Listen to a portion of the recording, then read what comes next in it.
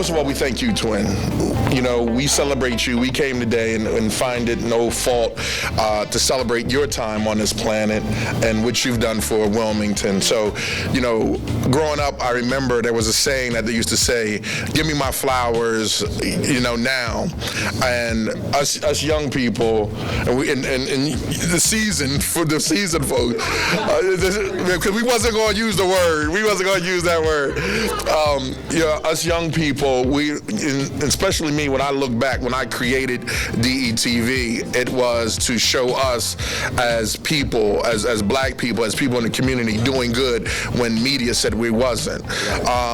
I got to a point where people started asking me, how'd you get started? And what advice do you give to my child that's going in college? And I was looking at it like, wow, people are really asking me for advice. And then when, you know, later on in life, we started getting better and better, and the followers started coming, and popularity started growing. All I could think about was Twin B. It was like God was putting it on my heart that, wow, you know, there was someone else that I feel, that we feel as a younger generation, that people like overlooked, right. You know? So we wanted to take time to say thank you, and we wanted to give you your flowers today.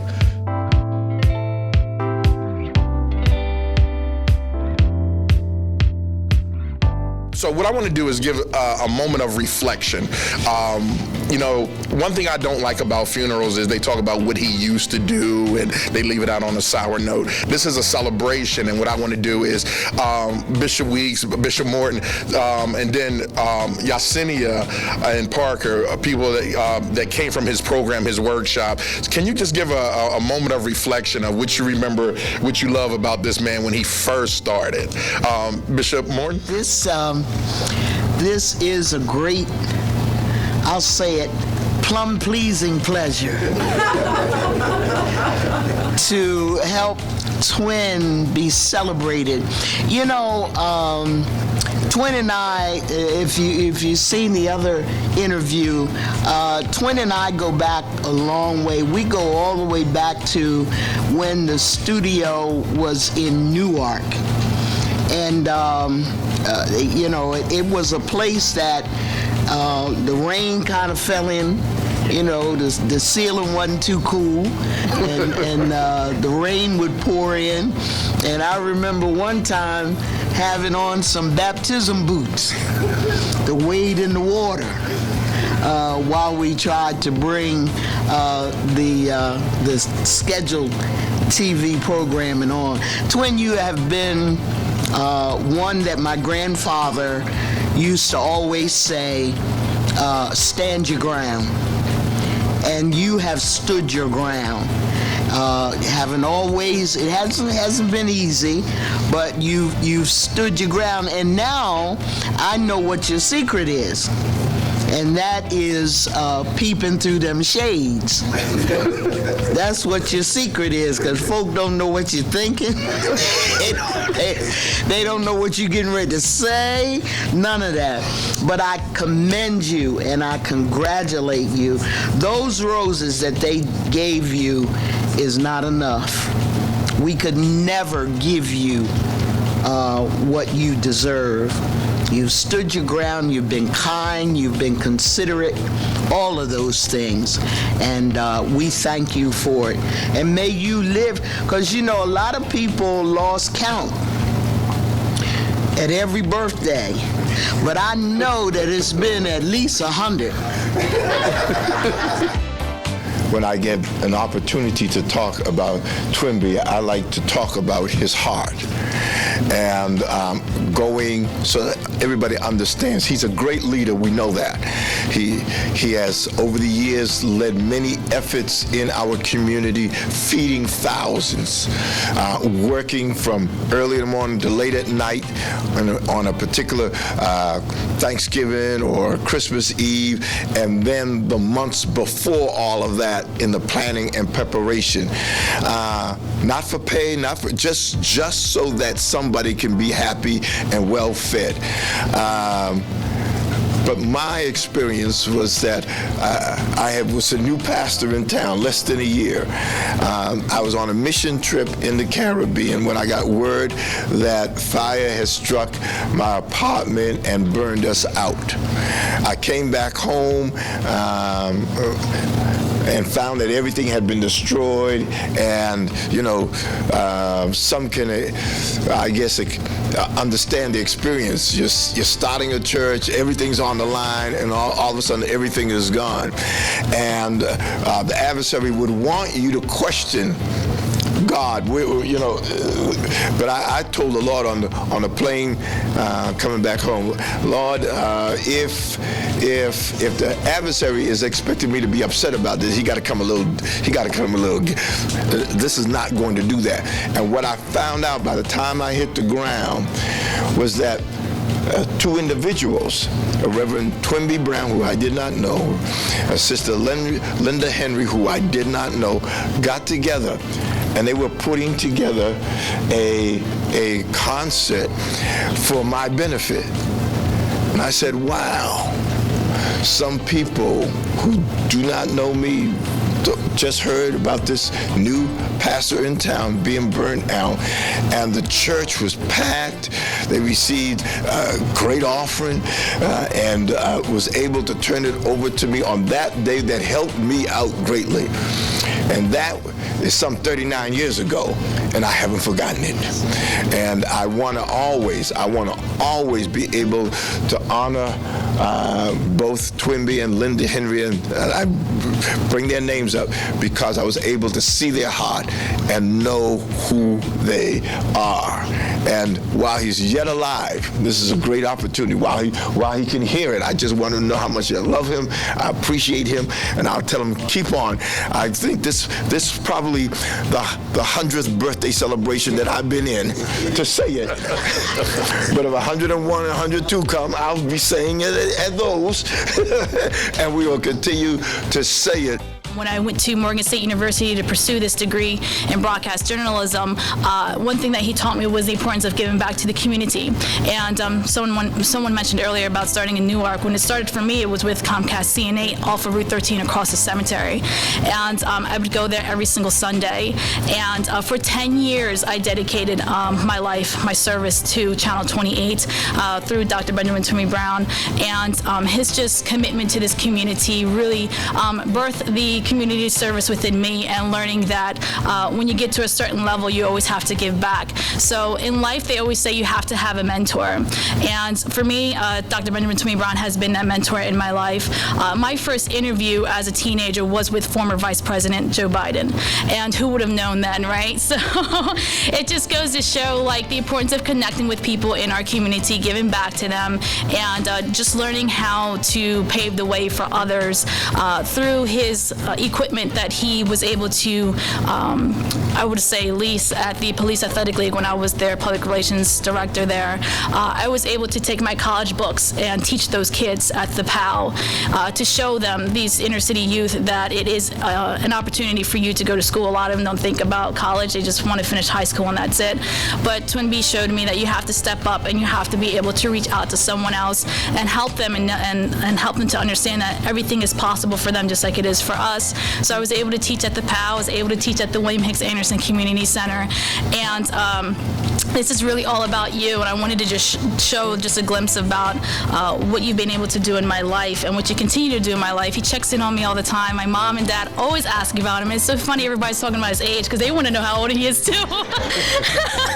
My dad is like his buddy. He always asks me, is Twinbee still kicking in? I was like, I think so. He always tells me, make sure you call on him and make sure you check on him. So, I mean, just to be able, that's my timer, just to be able to know that, this is a family-oriented community. Delaware's so small, and to be able to give back and have this opportunity to dedicate this ceremony, for me, means the world. A lot of people don't understand what that means, but to me, it's like where you sow a seed and you plant it, some people expect it to grow right away. way. And through his life, we've been able to see that you have to water it and it takes time. So through each seed that he's planted, as we have seen today, we've all been able to flourish in our own flower and blossom in our own way. So thank you so much as the flowers you received today, Benjamin Brown. Thank you so much for being that mentor in my life, so many others' life. And thank you for planting that seed for me, because as you can see, I've continued on in this career. So I do owe you so much gratitude. Words do not express the amount of appreciation I have for me and my family, and also my cousin Priscilla Marino, who's not here today. I always laugh because I call him Twin Beezy, and everybody's asking me why do I call him Twin Beezy, and it's like a youthful approach to Twin B. But how I started, I would call it a broadcast journey, is literally seeing him and his guys literally doing the workshops at Rodney Square, and I'm like, yo, what are these guys doing? Standing on these platforms with these super huge cameras and these super huge tripods, and at that time they had about a van and a truck. And I was like, what are they doing in that truck? Look at the ice cream truck. Like, what are they doing in the truck? And they were doing broadcasting. They were doing switchboarding and, programming and character generators right in that truck. And I thought that was just so interesting. So I told my dad, I said, yo, we got to figure out what they're doing. We got to figure out how to be a part of it, and we got to sign up. We got to join the workshop. And just that interaction and engagement, I was able to join the workshop. I did a lot of stuff at Faith Harvest with Twin B, some stuff at the home that works and does a little, what is it? Reed's Refuge. And it was just like a whole bunch of just production, and I fell in love with it. I just graduated college literally last May in production. Yup, was a clap. I graduated. What's up? What's up? I thought this was a live audience. But I would not have gotten to that stage if I didn't run into Twin B and be able to learn production. So I'm just super excited and glad that we were able to dedicate the control room in his name, and he's able to have something at home that says, this is mine. This is something that I helped create, and this is my legacy. So thank you. Bring it in. Come on. Bring it in. We're gonna hug it out. My crew and I, we love Twin. A lot of people, we talk about seed and we praise God, but we usually forget about the farmer. The farmer here is Twin, and the lives that he's touched. I mean, Yesenia is an award-winning journalist. She's doing her thing. Parker, the way he runs the floor is outrageous when we're doing a production. There's so many others that thank you is not enough. Flowers are not enough. It's just amazing what a person can do when they have a vision. What I've learned about media is that it has a way to galvanize the people. It has a way to influence human behavior. It has a way to rip communities apart. But what Twin did was he came up with a line, maybe I want to say about 10 years in, to create positive media to outshine the negative. And we want to take this time and we want to go down in the record, and I'm talking about Wilmington, of dedicating that control room to you, Twin. And may it live forever and a day, and as long as we're here on this planet. Here.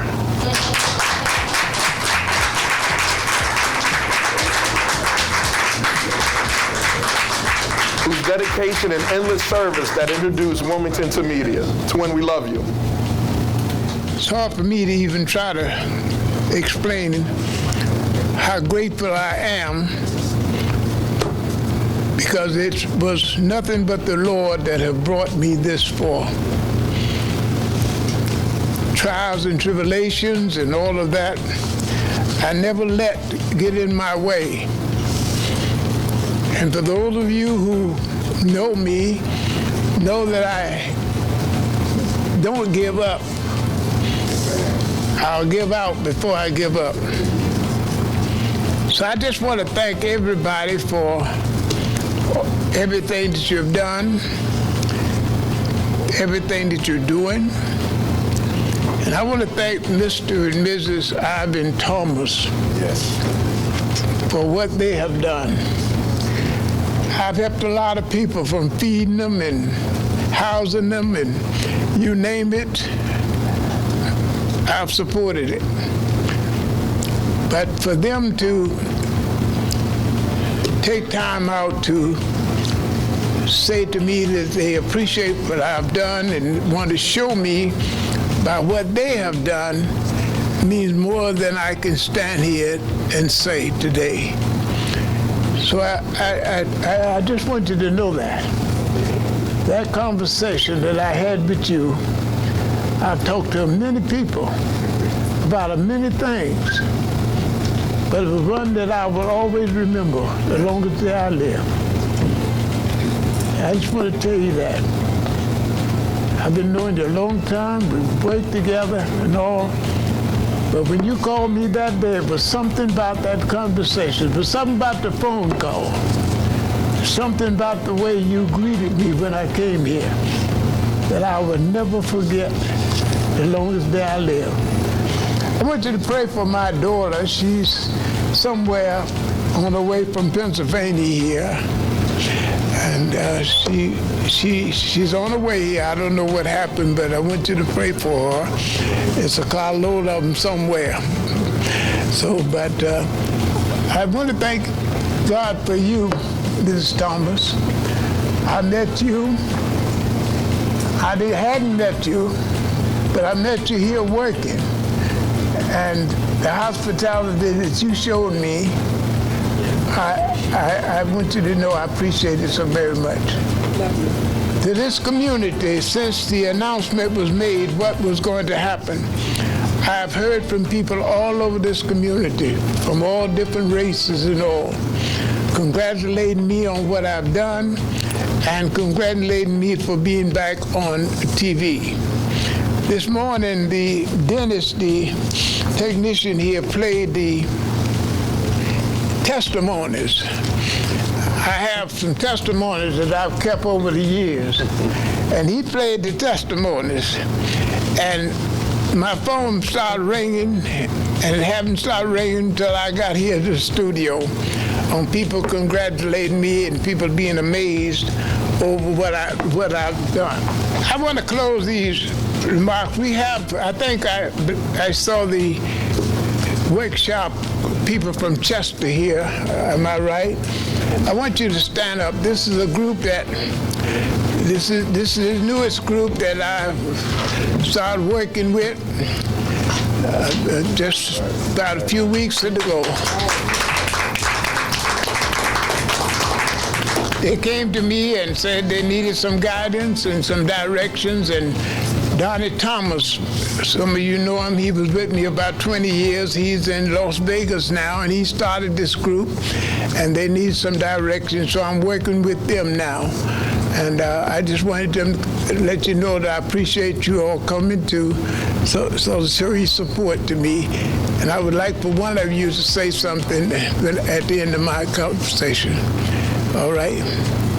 Thank you very much. Let me close with some favorite words. As I continue under the direction of Ivan Thomas, I'm going to be working with him with the senior citizens, giving support to the senior citizens during the spiritual revival hour. He wants to do something that I've done for years, and we're going back to that. Is one of the greatest things out of all the years is working with the seniors. We used to celebrate the birthdays of the seniors and put it on TV and put their picture on when their birthdays come. And that was one of the biggest things out of all of my life in working in video production. And he wants to go back to that, so we're going to go into that as of September, working with the high rises, acknowledging the birthdays of the senior citizens there. So we're going to start that right away. So I want you to know that's something you mentioned to me, but we're going to start it right away. The spiritual revival hour is dedicated to the senior citizens and those who are in need. And so I just want to say thank you very much. And whoever's going to speak from Chester, I would like for you to come up. This is memories, and boy, I had a speech for me. We ain't even going to go there. I'm just going to get right down to it. I guess we said about 20 years or so. I had the opportunity of being the, I guess you would say, was I your aunt? What would you call that? The director of operation under Twin B. Brown for the 20 years, and I had an opportunity of seeing how Twin actually did the workshops, dealt in the community, and I was hooked right then and there.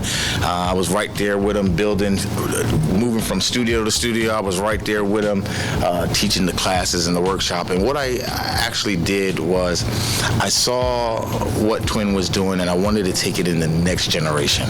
I wanted to keep doing what he was doing with the community, with the teaching the workshop. And also I noticed right in the classes, I saw the new generation, how they took to the workshop, how the classes, I said, oh, so they like this, and they're in their phones, and their attention span is 5 seconds. You know what I mean? So I took that and developed a program to keep Community Communication Corporation going into the next generation with the new millenniums. So I created this Community Communication Corporation out of Las Vegas, out of LA, out of Atlanta, North Carolina, South Carolina, and back here in Delaware. So what we like to do is, the difference to this class is we will take the students that actually go into these or complete the course of Community Communication Corporation and flip them. We will take them and allow them to work on productions actually out in Hollywood, and take those students and give them an opportunity to come back here to Delaware. So one of the reasons specifically of me coming here, not only to congratulate Twin, but to let him know how we have basically taken Community Communication Corporation all the way to LA and Vegas. And I've actually talked to Brother Ivan in helping us get that started here. As I mentioned before, we have a team here in the Chester and Delaware area.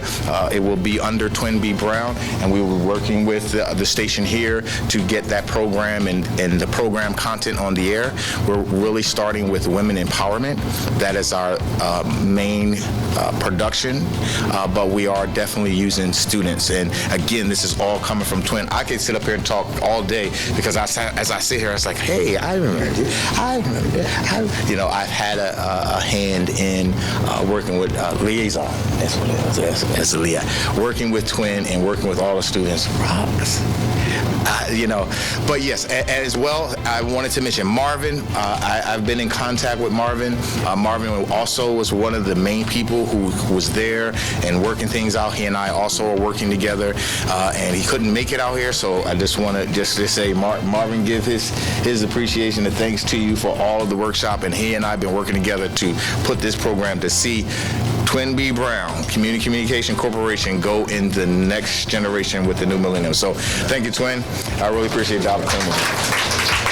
I just want to say thank you, Dr. Brown, because I was a sassy 17-year-old, had just moved here from Philadelphia, and my mom thought it would be a good idea to come to Delaware. It would be a better quality of life for me.